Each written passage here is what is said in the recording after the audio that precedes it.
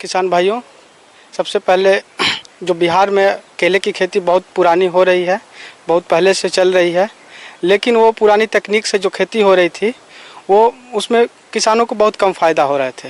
केले के खेती के लिए उपयुक्त जो टेम्परेचर होता है वो 20 से 30 डिग्री के बीच में अच्छा माना जाता है।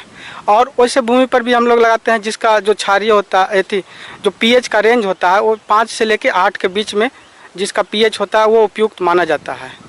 इसको हम लोग उसी ज़मीन पे लगाते हैं जहाँ पानी का जमावट कम हो और पानी नहीं लगे और जहाँ पानी का निकासी अच्छी हो।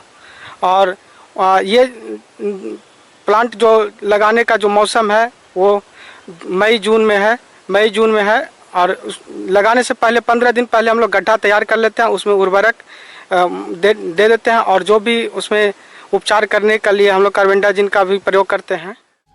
गर्म एवं सम जलवायु केला की खेती के लिए उत्तम होती है। अधिक वर्षा वाले क्षेत्रों में केला की खेती सफल रहती है। जीवांश युक्त दोमट एवं मटियार दोमट भूमि जिसमें जल निकास उत्तम हो उपयुक्त मानी जाती है। भूमि का पीएच मान 6 से 7.5 हो तो इसकी खेती के लिए उपयुक्त मानी जाती है। खेत की तैयारी के लिए 4-5 गहरी जुताई करके भूरा भूरा बना लेना चाहिए। मई माह में खेत की तैयारी कर लेनी चाहिए। इसके बाद खेत में गड्ढों को तैयार करके रोपाई की जाती है। भूमि की उर्वरता के अनुसार प्रति गड्ढा गोबर की खाद 10 किलोग्राम, नीम की खली 250 ग्राम, 300 ग्राम नत्रजन, 100 ग्राम फास्फोरस तथा 300 ग्राम पोटाश की आवश्यकता पड़ती है। फास्फोरस की आधी मात्रा पौधरोपण के समय तथा शेष आधी मात्रा रोपाई के बाद देनी चाहिए।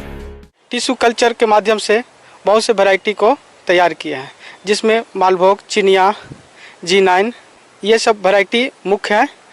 इसको लगाने से मेन फ़ायदा ये है कि जो पौधा लगाने का जो टाइम होता है, टाइम ड्यूरेशन जो होता है वो हम कम जाता है और जो किसानों को जो विभिन्न प्रकार की बीमारियां से जो जूझना पड़ता था जिससे उत्पादन किसानों के कम हो जाती थी उसमें गिरावट आई है। और जो टिश्यू कल्चर का प्लांट होता है उसमें बीमारी बहुत कम होती है और न के बराबर होती है और इसमें जो फल लगते हैं वो बहुत अच्छे किस्म के होते हैं और पैदावार जो होते हैं 30 से 35 kg पर प्लांट प्राप्त होता है। और जो पुराने विधि से लगाते थे उसमें उसका फल भी बहुत कम होता था, छोटा छोटा होता था और 30 से कम होता था, मतलब 25 से 30 के बीच में पाया जाता था। केले की फसल के लिए गड्ढों की दूरी 45 गुना 45 गुना 45 सेंटीमीटर आकार के गड्ढों में रोपित करें।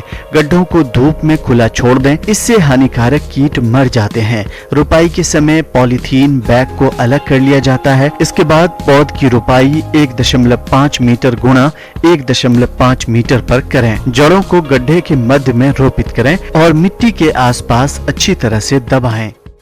जो 5 से 6 फीट के दूरी पर लगाते हैं और जो टिश्यू कल्चर प्लांट होते हैं उसके लिए लगाने के लिए हम गड्ढे जो करते हैं वो बहुत कम 5 से 6 इंच ही या 8 इंच तक करते हैं। लेकिन जो पुराने उसमें हमारा जो लेबर कॉस्ट होते हैं वो कम जाते हैं और जो प्लांट का जो मिनिमम हाइट होता है 8 से 12 इंच के जो प्लांट होते हैं वो उपयुक्त होते हैं लगाने के लिए। टिश्यू कल्चर विधि से केला की रोपाई करने के फायदे: कीट और रोग मुक्त पौधे विकसित होते हैं। एक समान बढ़त और अधिक पैदावार के साथ कम समय में फसल की परिपक्व हो जाती है। इस विधि से वर्ष भर रोपाई संभव है क्योंकि विकसित पौधे वर्ष भर उपलब्ध कराए जाते हैं। कम अवधि में एक के बाद एक अंकुरण संभव है जो खेती में लागत कम कर देते हैं। कम अवधि में नई किस्में तैयार की जा सकती हैं और फसल की पैदावार बढ़ाई जा सकती है। पौधा तो हमें अच्छी कीमत पे मिल सकती है, ये फ़ायदा हो सकते हैं। ये टिश्यू कल्चर प्लांट का एक और ये फ़ायदा भी है।